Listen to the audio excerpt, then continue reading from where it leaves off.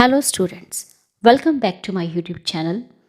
Students, if you are new to my channel, please subscribe my channel and hit the bell icon so you get the latest notifications timely. So students, today's topic is what is capital rationing. So let's get start the video. Capital rationing refers to a situation where a firm is not in a position to invest in all profitable projects due to the constraints on availability of funds. We know that the resources are always limited and the demand for them far exceeds their availability. It is for this reason that the firm cannot take up all the projects, though profitable, and has to select the combination of proposals that will yield the greatest profitability. तो students capital rationing जो है एक ऐसी situation से refer करती है जब हमारी फर्म के पास बहुत सारे प्रॉफिटेबल प्रोजेक्ट्स होते हैं लेकिन due to the constants on availability of funds, लेकिन उनके पास जो फंड्स हैं फर्म के पास वो बहुत ज़्यादा लिमिटेड होती हैं। तो इस वजह से हमारी जो फर्म है या कोई भी बिजनेस है सभी प्रोजेक्ट्स में इन्वेस्टमेंट नहीं कर सकते क्योंकि फंड्स जितने भी हों हमारे पास हमेशा वो लिमिटेड ही होते हैं। फंड्स हैं, आपका फाइनेंस है, आपका मनी है, आपका पैसा है, ये हमेशा हर बिजनेस के लिए लिमिटेड होता है और इनकी डिमांड जो है कहीं ज़्यादा होती है हमारी अवेलेबिलिटी से। मीन्स अगर हमारे बिजनेस में बहुत सारा पैसा भी है लेकिन फिर भी हमारी जो डिमांड होती है हमेशा फाइनेंस को लेकर वो काफ़ी ज़्यादा होती है। तो स्टूडेंट्स कैपिटल राशनिंग जो है एक ऐसी सिचुएशन से डील करती है जहाँ पे हमारी जो बिजनेस फर्म है वो ऐसी पोजीशन में नहीं है कि अगर उसके पास सपोज 10 प्रॉफिटेबल प्रोजेक्ट्स हैं लेकिन वो सभी प्रॉफिटेबल प्रोजेक्ट्स में अपना फाइनेंस, अपना पैसा इन्वेस्ट नहीं कर सकती। वो क्यों नहीं कर सकती? क्योंकि उस बिजनेस फर्म के पास जितना भी पैसा है वो हमेशा लिमिटेड होता है।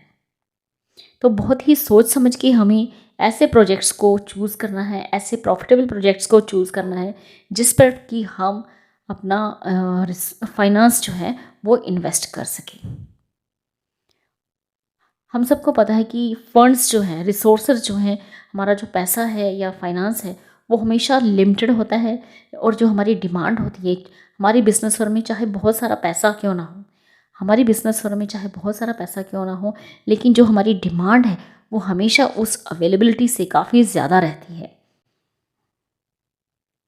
मान लीजिए कि अगर हमारे बिजनेस फर्म में 10 लाख रुपया है तो हमारी डिमांड कहीं इससे ज़्यादा होगी क्योंकि बिज़नेस में हमेशा जो सबसे पहली चीज़ हमें काम आती है वो होता है मनी, फाइनेंस। तो इस वजह से कोई भी फर्म जो है सभी प्रॉफिटेबल प्रोजेक्ट्स को टेकअप नहीं करती और बहुत ही सोच समझकर ऐसे प्रपोजल्स को सिलेक्ट करती है जो कि इन फ्यूचर आपको बहुत ज़्यादा ग्रेटेस्ट प्रॉफिटेबिलिटी दे सके। तो this is all about the capital rationing. Next is example. तो यहाँ पर कैपिटल राशनिंग को हम एक एग्जाम्पल के थ्रू समझते हैं।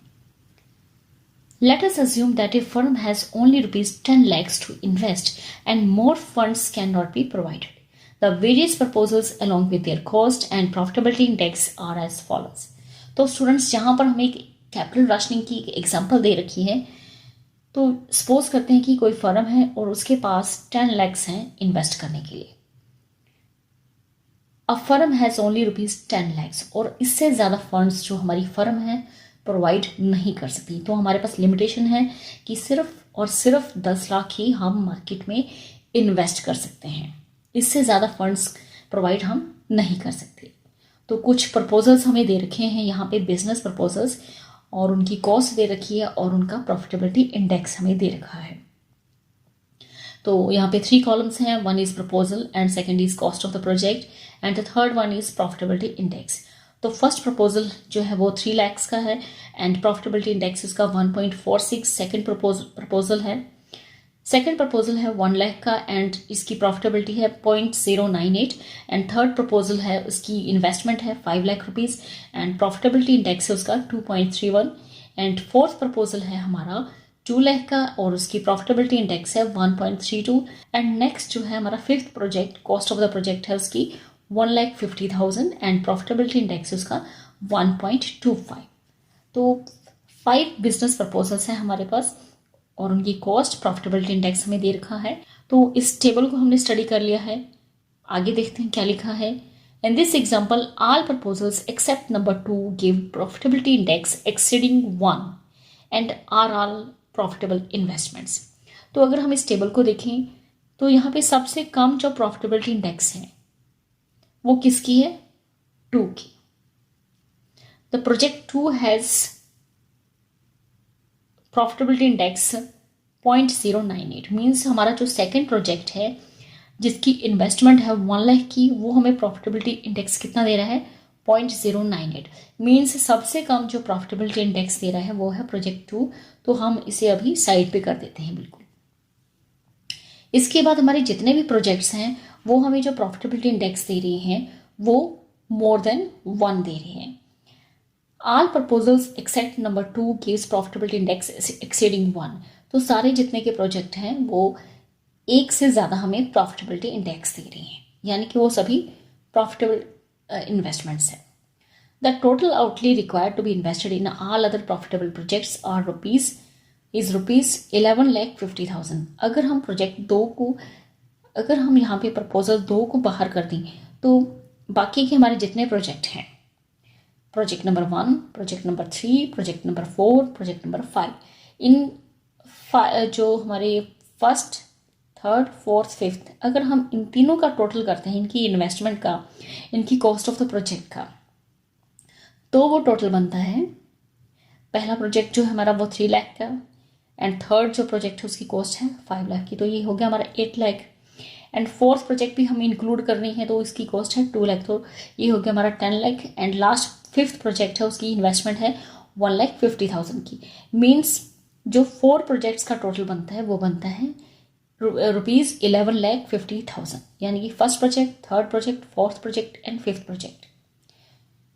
तो 11,50,000 का हमारा टोटल इन्वेस्टमेंट बनता है इन सभी प्रॉफिटेबल प्रोजेक्ट्स का। लेकिन फर्म के पास टोटल फंड्स कितने हैं? Only rupees 10 lakhs to invest. 10 lakh से एक पैसा भी हमारा हम प्रोवाइड नहीं कर सकते प्रोजेक्ट्स के लिए। सिर्फ 10 लाख हम इन्वेस्ट कर सकते हैं, इससे ज़्यादा एक पैसा भी हम नहीं लगा सकते। And hence a firm has to do capital rationing. अब हमारे बिजनेस के सामने कौन सी प्रॉब्लम है कि 4 प्रोजेक्ट्स में से हम किस तरह से अपने 10 लाख जो हमारे पास हैं कैसे उनको इन्वेस्ट करें। बहुत ही सोच समझ के हमें यहाँ पे करना है। तो hence a firm has to do capital rationing. अब हमें प्रॉब्लम क्या है कि हम कैसे 10 लाख इन 4 प्रॉफिटेबल प्रोजेक्ट्स में इन्वेस्ट करें। तो यहाँ पे हमें यूज़ करनी होगी कैपिटल राशनिंग, ताकि हम प्रॉफिटेबल प्रोजेक्ट्स को सिलेक्ट कर सकें with in rupees 10 lakh. Means हमें ऐसे प्रोजेक्ट्स को चुनना है जिससे कि हमारे जो 10 लाख हैं वो यूटिलाइज्ड हो जाए। 10 लाख से ऊपर हम नहीं लगा सकते पैसा। Hence, a firm has to do capital rationing and select the most profitable combination of projects within a total cash outlay of rupees 10 lakh। तो यहाँ पे हमें कम्बिनेशन ऑफ प्रपोजल्स, जो भी प्रपोजल्स हमारे जो भी प्रोजेक्ट हैं उनका एक कम्बिनेशन हमें सेलेक्ट करना होगा कि जिससे हमारे पूरे के पूरे 10 लाख इन्वेस्ट हो जाए। तो आप देखिए, तो सबसे पहले अब यहाँ पे टेबल को देखिए, क्योंकि हमने यहाँ पे सिर्फ प्रोजेक्ट नंबर 2 बाहर कर दिया है। बाकी अब हमारे पास जो प्रोजेक्ट्स हैं वो है project number 1, project number 3, project number 4 and project number 5। अब इन 4 प्रोजेक्ट्स में से जो प्रोजेक्ट हमें सबसे कम प्रॉफिटेबिलिटी दे रहा है हम उसे भी बाहर कर देते हैं। तो आप देख सकते हैं प्रोजेक्ट 1 हमें दे रहा है 1.46, थर्ड प्रोजेक्ट दे रहा है 2.31, फोर्थ प्रोजेक्ट हमें दे रहा है 1.32। तो यहाँ पे हमें कुछ कम्बिनेशन ऑफ प्रपोजल्स सेलेक्ट करने होंगे जिससे कि हम जो हमारे 10 लाख हैं वो यूटिलाइज कर सकें। तो पहला प्रपोजल देखिए, उसकी प्रॉफिटेबिलिटी इंडेक्स है 1.46। तीसरा जो प्रपोजल है हमारा वो है 2.31, उसकी प्रॉफिटेबिलिटी इंडेक्स, ये भी अच्छी है। फोर्थ प्रपोजल है वो हमें एक प्रॉफिटेबिलिटी इंडेक्स दे रहा है 1.32। फिफ्थ प्रपोजल जो है वो हमें सबसे कम प्रॉफिटेबिलिटी इंडेक्स दे रहा है। Project number 5 which has the lowest profitability index among the profitable proposals cannot be taken। तो बाकी के जो हमारे 4 प्रोजेक्ट्स हैं, first, third, fourth and fifth, तो इन सभी प्रोजेक्ट्स में से सबसे जो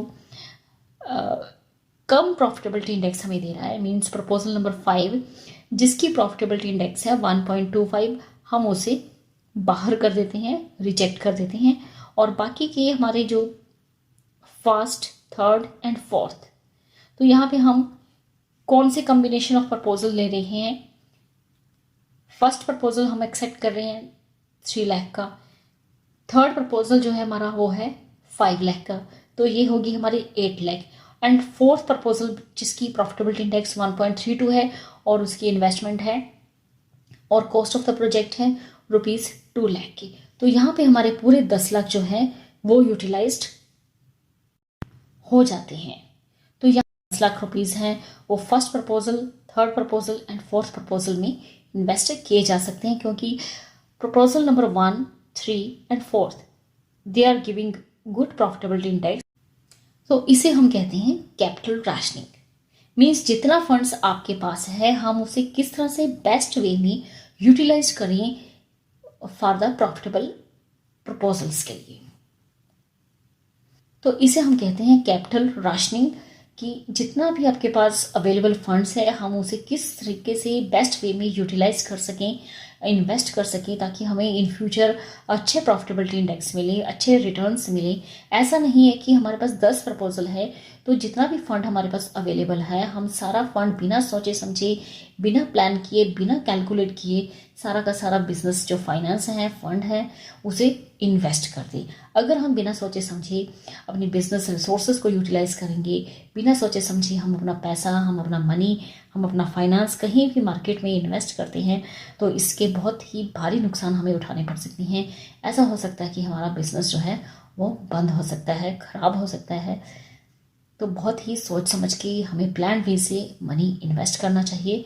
यही हमें कैपिटल राशनिंग सिखाता है। So students, in this video you have learned about the capital rationing. So students, in this video only this much. Thank you. Thanks for watching.